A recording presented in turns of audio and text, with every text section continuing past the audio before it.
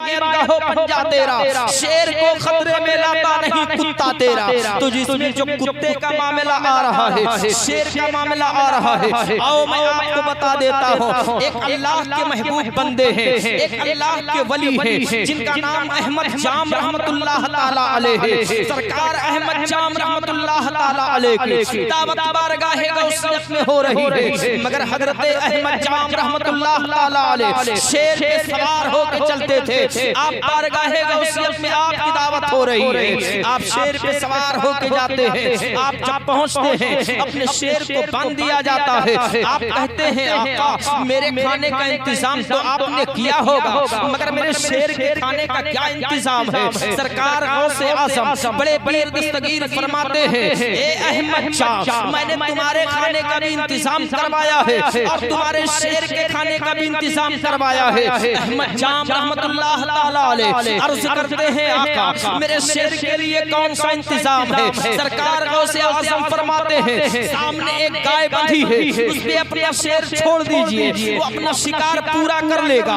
इतना कहा, मगर सुनो आपकी तरफ अगर शेर है, सरकार गौसे आज़म के गली में एक कुत्ता बैठा रहता था, एक कुत्ता था, बहुत से लोग कहते हैं कमजोर कुत्ता था, मगर मैं अपनी जबान से ये जुमला नहीं कहता, इसलिए सरकार गौसे आज़म की वो बारगाह है कि अगर उनकी बारगाह में कोई अदना होता है तो आला हो जाता है। सरकार गौसे आज़म का कुत्ता जब देखता है, उनके गली में बैठने वाले कुत्ते ने देखा अहमद जाम का शेर इधर से जा रहा है, उधर से सरकार गौसे आज़म के गली में बैठने वाला कुत्ता अपने दुम को हिलाता है, उठ के खड़ा हो गया है। इधर शेर गाय पर हमला करने वाला है, उधर से आपका कुत्ता शेर पर हमला करने वाला है। इधर जैसे शेर चलता है, आपका कुत्ता पहुंचता है, पहुंचने के बाद में शेर के गर्दन को पकड़ता है, झिंझोड़ के साइड में कर देता है। तभी तो लिखा गया है क्या दबे जिस पे हिमायत का हो पंजा तेरा, क्या दबे जिस पे हिमायत का हो पंजा तेरा। शेर को खतरे में लाता नहीं कुत्ता तेरा, शेर को खतरे में लाता नहीं कुत्ता तेरा।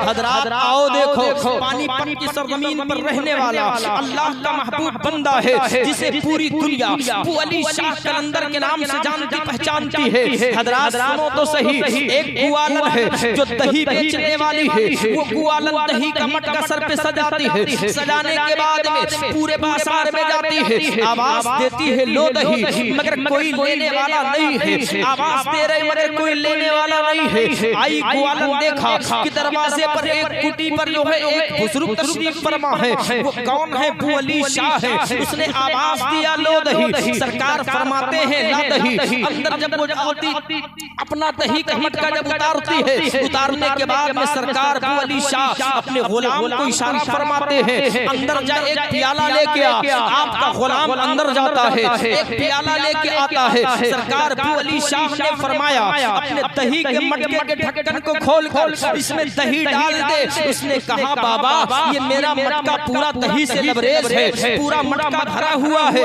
आपका प्याला छोटा है, इसमें दही नहीं आएगा। आका कोई बड़ा बर्तन मंगवाइए। सरकार अबू अली शाह फरमाते हैं पहले दही को डालना तो शुरू कर। जब दही को डालना शुरू किया है पूरा मटका खाली हो गया है, मगर सरकार अबू अली शाह का प्याला आधा भी नहीं हुआ है। अब वो बेच कर जब जाने लगे, सरकार अबू अली शाह अपने गुलाम से कहते हैं अंदर चले जाओ, एक सोने की ईंट उठा के ले आओ, इसके दही की कीमत को अदा कर दिया जाए, दही की कीमत दे दिया जाए। आपने सोने की ईंट दे दिया है, अब वो घर लेके गुआलन जाती है, जाने के बाद में अपने घर में रख दिया है। दूसरे दिन फिर दही का मटका सर पे सजाया है, पूरे बाजार में आवाज दिया है, मगर बेचना उसको वही है और कहीं बेचना नहीं है। आवाज दिया, सरकार फरमाते हैं ला। आपने प्याला मंगवाया, पूरा मटका खाली हो गया, प्याला फिर खाली रह गया। कई दिन का ऐसे अरसा गुजर गया, एक कमरा सोने से गुआलन का भर गया। अब उसने एक दिन सोचा कि मेरा कमरा तो सोने से भर गया है, मगर मेरे घर में कोई औलाद नहीं है, मेरे घर में कोई लड़का नहीं है और घर में बहुत सी दौलत हो, अगर एक औलाद ना हो तो आप समझिए कि उस कीमत को कोई क्या करेगा। अब ग्वालन ने सोचा लाओ सरकार की बारगाह में दुआ के लिए चले, इसलिए इस कीमत को खर्च करने वाला कोई हो जाए। अब वो ग्वालन अपनी कदम को उठाती है, सरकार अबू अली शाह की दयारे पाक में जाती है, अर्ज करती है या मेरे आका, अर्ज करती है मेरे आका, मैं आपकी बारगाह में इसलिए आई हूँ कि आपने जो सोना चांदी दिया है, मेरा एक कमरा भर गया है मगर मेरी गोद खाली है, एक बच्चा भी नहीं है। दुआ फरमा दीजिए कोई एक लड़का पैदा हो जाए जो उसकी कीमत को खर्च कर सके। इतना कहा, सरकार अबू अली शाह फरमाते हैं, एक ग्वालन ये तो बता दे सिर्फ तेरी गोद खाली है कि तेरे पड़ोस में और भी कोई औरतें जिनकी गोद खाली है? तो उस ग्वालन ने कहा था, ए मेरे आका, मेरी गोद खाली है और हमारे पड़ोस में कई घर ऐसे हैं जो औलाद के बगैर सब रो रहे हैं। कहा सबको बुला के ले आ।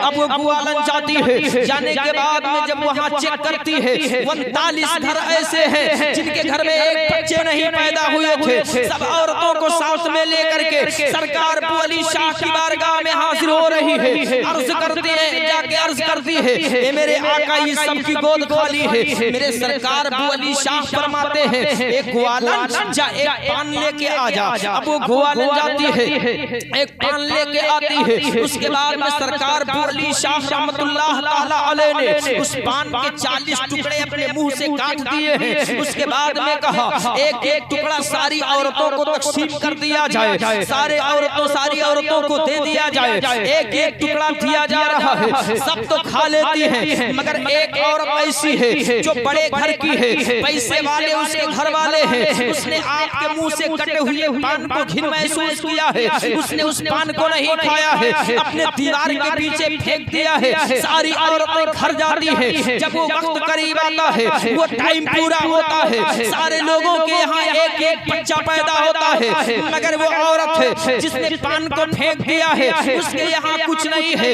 अब सारी औरतें सोचती हैं लाओ सरकार अबू अली शाह की बारगाह में नजराने अकीदत पेश करने के लिए चले। सब नजराना पेश करने के लिए जा रही है। जब वहाँ जाती है वो औरत भी पीछे पीछे जा रही है। जैसे जाती है सरकार अबू अली शाह फरमाते हैं, ए औरत तू क्यों आई है? तेरी गोद खाली है कि अब तेरी गोद खाली है? तू क्यों आई है? तो उस औरत ने कहा था, ए मेरे आका मेरी गोद अभी खाली है, आपने न जाने कौन सा पान दिया है। सरकार अबू अली शाह फरमाते हैं, पान का टुकड़ा जहाँ तूने फेंका है मैंने उसे देख लिया है, पान का टुकड़ा जहाँ पड़ा है मैंने उसे देख लिया है। ये बता तूने पान के टुकड़े को क्यों फेंका है, क्यों उसे नहीं खाया है? तो उसने कहा था, आका आपके मुंह से कटे हुए पान को मैंने घिन महसूस किया, इसलिए मैंने अपने दीवार के पीछे फेंक दिया है। ए आका फेंका मैंने है, देखा किसी ने नहीं है, लेकिन आपने कैसे देख लिया है? जिस वक्त मैंने पान को फेंका था कोई मेरे सामने नहीं था,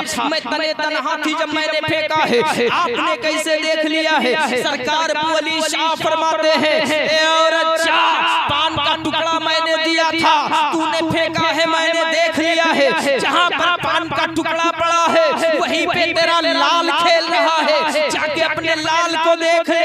इसीलिए शायर कहता है, निगाहे मर्दे मोमिन से बदल जाती है तकदीरें, अगर ज़ौक़े यकी हो पैदा तो कट जाती है जंजीरें। हज़रात शायर यूं ही कहता है, दिल बदल देते हैं जज्बात बदल देते हैं, दिल बदल देते हैं जज्बात बदल देते हैं, दिल बदल देते हैं जज्बात बदल देते हैं। औलिया चाहे तो हालात बदल देते हैं, औलिया चाहे तो हालात बदल देते हैं। ये औलिया किराम की शान है। अब बताओ जब अबू अली शाह का ये मकाम हो सकता है तो सरकार गौसे आजम का मकाम क्या होगा? जब सरकार गौसे आजम का मकाम ये हो सकता है तो मदीने के ताजदार का मकाम क्या होगा? जब उनके गदा भर देते हैं शाहाने ज़माना की झोली, जब उनके गदा भर देते हैं शाहाने ज़माना की झोली, मोहताज का जब ये आलम है मुख्तार का आलम क्या होगा? हज़रात आप जानते हैं 2 दिन के अंदर बहुत से लोग देवा शरीफ जाने वाले हैं, वहाँ पर भी एक अल्लाह का मुकद्दस बंदा रहता है जिसे सारी दुनिया शहंशाह देवा सैयदना सरकार सैयद हाजी वारिस पाक रहमतुल्लाह ताला अलैह के नाम से जानती पहचानती है। सरकार वारिस पाक का मकाम बहुत बुलंद है, लेकिन याद रखो इन औलिया किराम के मकाम को पहचानने के लिए, इन औलिया किराम की शान और अजमत की पहचान अगर किसी ने कराया है तो कोई और नहीं है बल्कि हमारे सरकार आला हजरत इमाम अहमद रजा खान की जाते पाक है। आज आला हजरत को जब आला हजरत कहा जाता है बहुत से लोगों का मुंह बन जाया करता है, कहते हैं आला हजरत को आला हजरत क्यों कहा करते हो?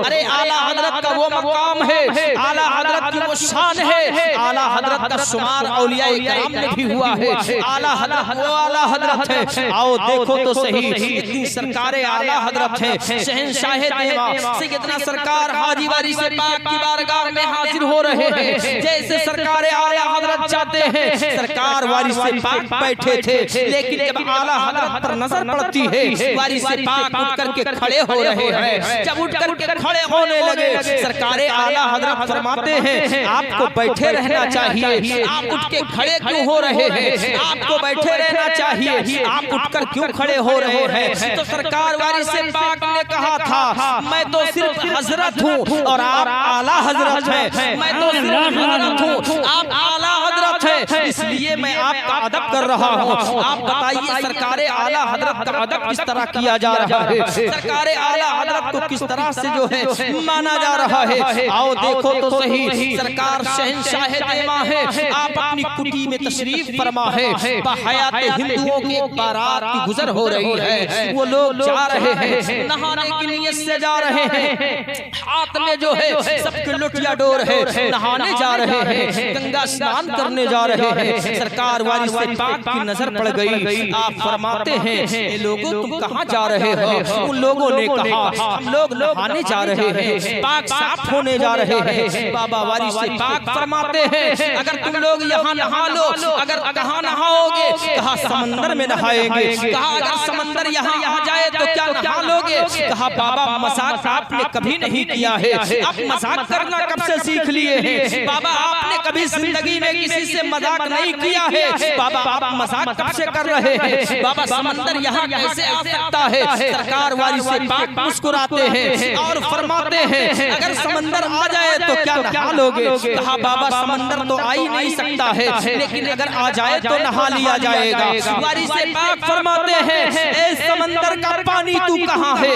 नहाने वाले यहाँ है। वारिस पाक का इशारा हुआ, समंदर का पानी वारिस पाक के कदमों में हाजिर है। उन लोगों ने नहाया है, जब नहा लिया आप फरमाते हैं नहा लो, सारे लोगों ने नहा लिया है, अपने जिस्म के मैल को धुल लिया है। अब कहने लगे सरकार हमने अपने जिस्म के मैल को धुल लिया है, अपने जिस्म को साफ कर लिया है। सरकार ऐसा करम कर दीजिए कि हमारे दिल की मैल को भी धुल दिया जाए, हमारे दिल की मैल को भी साफ कर दिया जाए। सरकार वारिस पाक ने उन लोगों को कलमा पढ़ा के मुसलमान कर दिया था। अब वो लोग जब जाने लगे अर्ज करते हैं बाबा मैंने आपको सबसे बड़ा माना है, ए बाबा मैंने आपको सबसे बड़ा तस्लीम कर लिया है, ए बाबा मैंने आपको सबसे बड़ा मान लिया है, ए बाबा आपसे बड़ा कोई नहीं है। वारिस पाक फरमाते हैं ए नादानो अपना जुमला संभालो, इसलिए हमको अपने से बड़ा मत मानना, अगर अपने से बड़ा मानना है तो मदीने वाले मुस्तफा को मानना,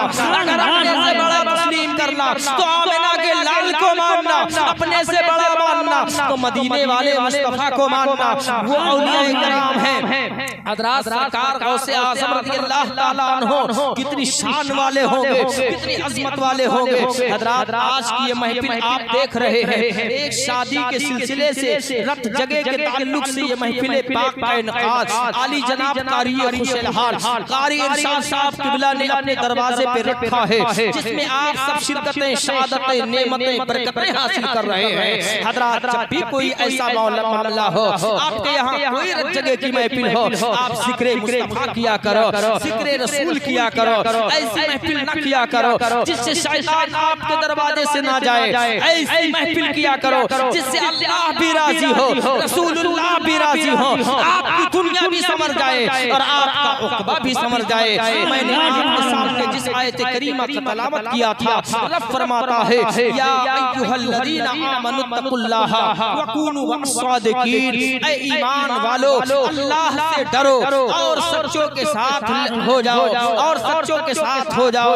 हाथ में ले लो मदीने का चराग। वमा अलैना इल्लल बलाग। अस्सलामु अलैकुम व रहमतुल्लाह।